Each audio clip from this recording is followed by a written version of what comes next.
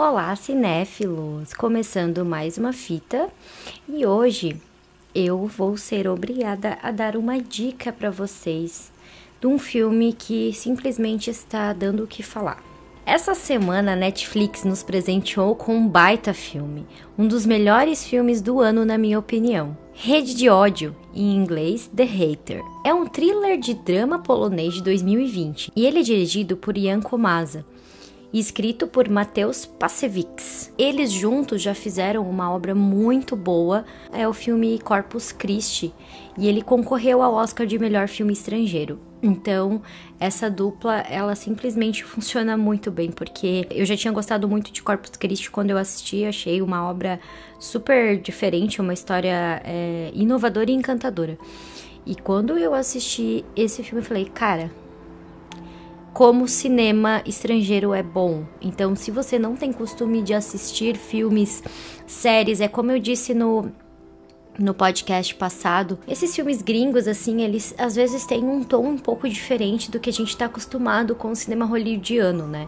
Mas se você se abrir um pouquinho, eu garanto que vai ser uma experiência bem interessante. Em Rede de Ódio, a trama gira em torno de um estudante de direito que ele é muito problemático. Ele tenta, por meio da internet, dominar o espaço que tanto deseja e não se importa em causar dor, causar raiva, desprezo em todo mundo que tiver ao seu lado. Esse filme é visceral e, na minha opinião, é uma representação de como o ódio elevado a um extremo, impulsionado pela internet, pode causar um estrago na vida real. Cinematograficamente, a obra ela é bem claustrofóbica.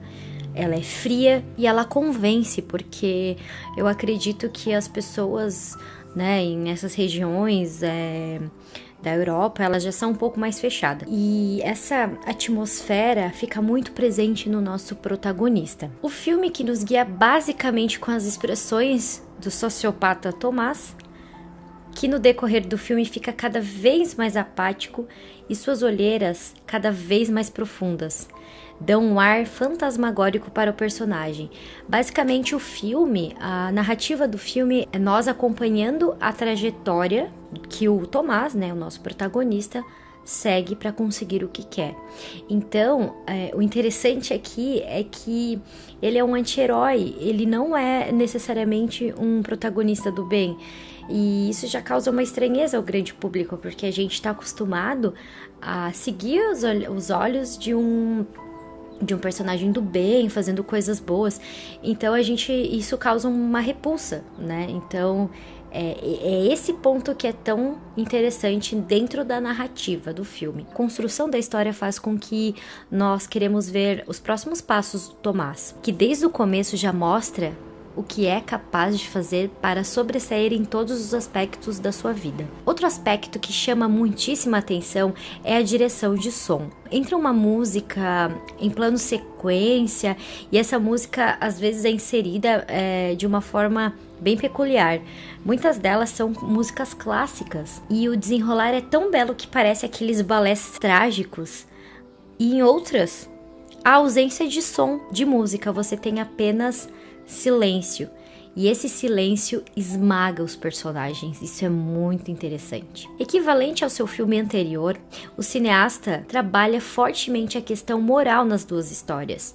Se em Corpus Christi temos um jovem criminoso que queria ser padre, neste o ambicioso, inteligente e também jovem protagonista quer fazer a diferença no mundo de alguma forma, mas que para chegar lá ele faz escolhas altamente questionáveis. O nível de provocação deste contraste é o mesmo nos dois filmes, mas o grande diferencial dessa obra aqui está no universo de possibilidades oferecidas por conta do tema. O tema é rede social.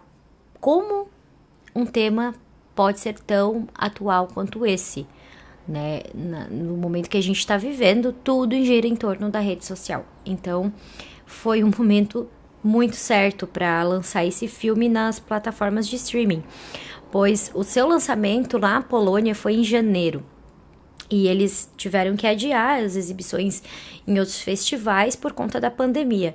Então eu acho que foi o momento certo para lançar isso dentro da plataforma. O diretor propõe o tempo todo um jogo com o público, onde nos coloca, mesmo que desconfortáveis, no ponto de vista do protagonista. Ele é apático, ele é sociopata, ele é frio e calculista. E nós somos obrigados a percorrer a sua jornada, eu diria sádica, rumo à sua redenção. Eu juro que durante o filme todo eu tentei entender o que passava na mente dele, tentei criar uma leve empatia nas ações que ele, né, e tentei entender algumas ações que ele fazia, mas não tem como, ele não dá um ponto sem nó. Eu acho que de fato é o que o diretor nos propõe a discutir. O protagonista aqui é também o vilão e todos os outros ao seu redor, mesmo que também mostrando algumas ações um pouco quanto questionáveis, ainda são os nossos mocinhos da história. Cada movimento ou ação dele na história cria uma teia de acontecimentos caóticos. E, gente, que atuação fantástica desse menino. O filme também se torna muito bom, o peso do filme, porque ele carrega o peso da história muito bem. Rede de Ódio é um filme importante de ser visto e igualmente complexo de ser absorvido. É um filme que precisa ser visto e debatido. Ele aborda temas corriqueiros como bullying, política e fake news. Ele mexe com as emoções e mostra como alguém determinado e com ódio consegue fazer um grande estrago. Aliás, a frase "dê a um homem poder e saberá de que ele é capaz", ela nunca foi tão verdadeira nesse contexto. O filme mostra que não existe pessoas 100% ruins ou boas, mas existem aquelas que se corrompem e aquelas que não. Afinal, ninguém é 100% bom ou ruim, mas algumas ações na vida levam você para caminhos diferentes. Portanto, eu preciso dizer que Rede de Ódio é uma baita crítica social à nossa humanidade e nosso comportamento on e offline.